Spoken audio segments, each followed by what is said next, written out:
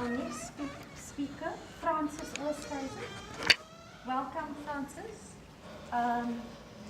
She is actually a champion in terms of our live streaming project to George, from Cape Town to George. And it went so well, and then suddenly, sadly, ICS stopped our project. So maybe Francis is here on a happy note and also not so happy note. So let's hear. Thanks, Prof. I'm a contract lecturer in the Economics and Management Sciences faculty. And I think, first of all, I just need to explain why we have students in George. INSETA launched the project in cooperation with UWC's Further Education and Training Institute to uplift skills in the insurance sector. And it was an articulation project through which they allowed 5 further education and training colleges to teach a certificate in wealth management at NQF level 5. And that, if they passed that qualification, that would then give them access to the advanced diploma in management at UWC. And then once they've completed that, that would give them access to a postgraduate diploma in financial planning, which would be equal to, I think, an honors degree.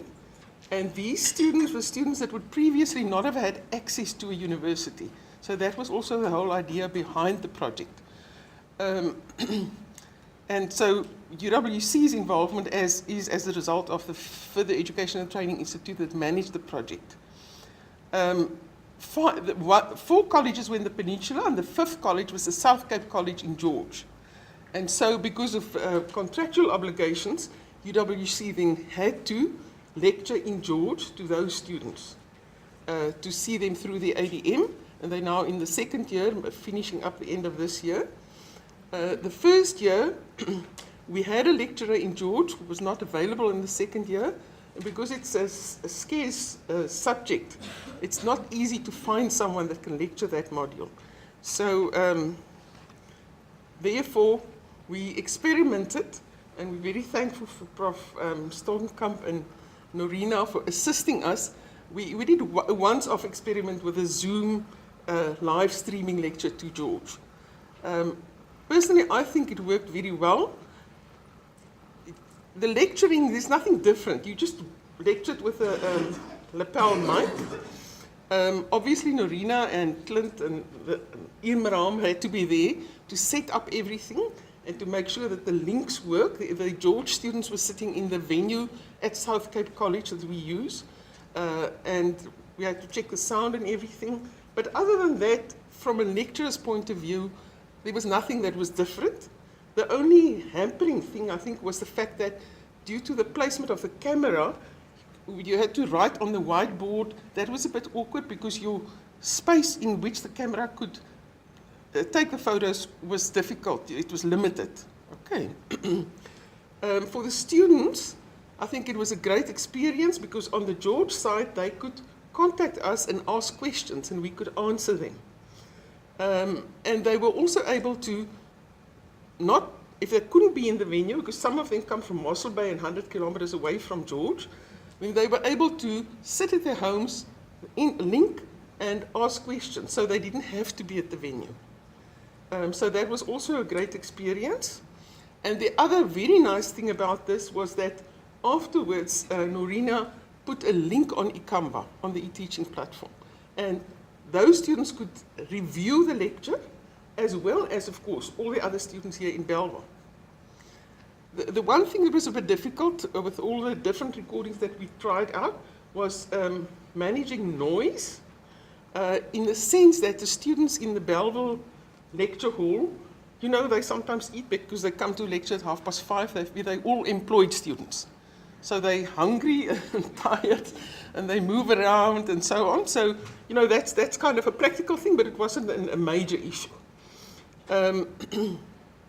The students enjoyed being able to sit at home and watch a lecture. And I also talked to Norina yesterday, and we said, we will just mention to you that in addition to the Zoom live streaming, which there was let me just say this, there was a bit of a problem with the sound at the end of the recording. So we didn't continue the faculty decided not to continue with the Zoom lecturing. So as a result of that, we had the opportunity to experiment with other methods of recordings. And one of that was Google Hangout, which I knew, nothing about. But Norina briefed me, and it's something similar to Skype. So we did a lecture using Google Hangouts, and that also worked very well. So unfortunately, we couldn't place a link on eCanva, but that worked well. And then in addition to that, we also did a video recording, which the AVS people helped us with. And so those recordings are then put on a DVD and made available. We courier it down to the George students. So it's been a great experience experimenting with all these different methods. It makes one think of what lectures will be in the future. Are we going to need lecture halls or not? Or will we be able to just lecture and let students sit at home? There's a lot of pros and cons to that, but apparently that is where we're heading in a number of years. So that's what I can share with you. As I say, it was all just once-off experiences. And I just want to really thank Prof. Stoltenkamp and Norina. Clint was there with the Zooming, and Imram again for your support and assisting us with this. Thank you very much. Thank you, Francis. Any questions? This was a pilot, and like you say, things are going to change. Hassan, remember when we spoke those years ago, we said it's coming, and people can't travel. Look at the socio-economic times. And if we're opening the doors of learning, are we going to cater for those students that can't travel?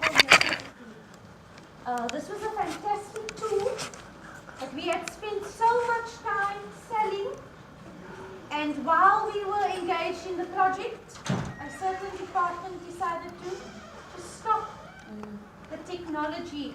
I went into a debate, but I mean that's my colleagues, I hear about them, about how sometimes project management technicist techniques interfere with the pedagogical approaches.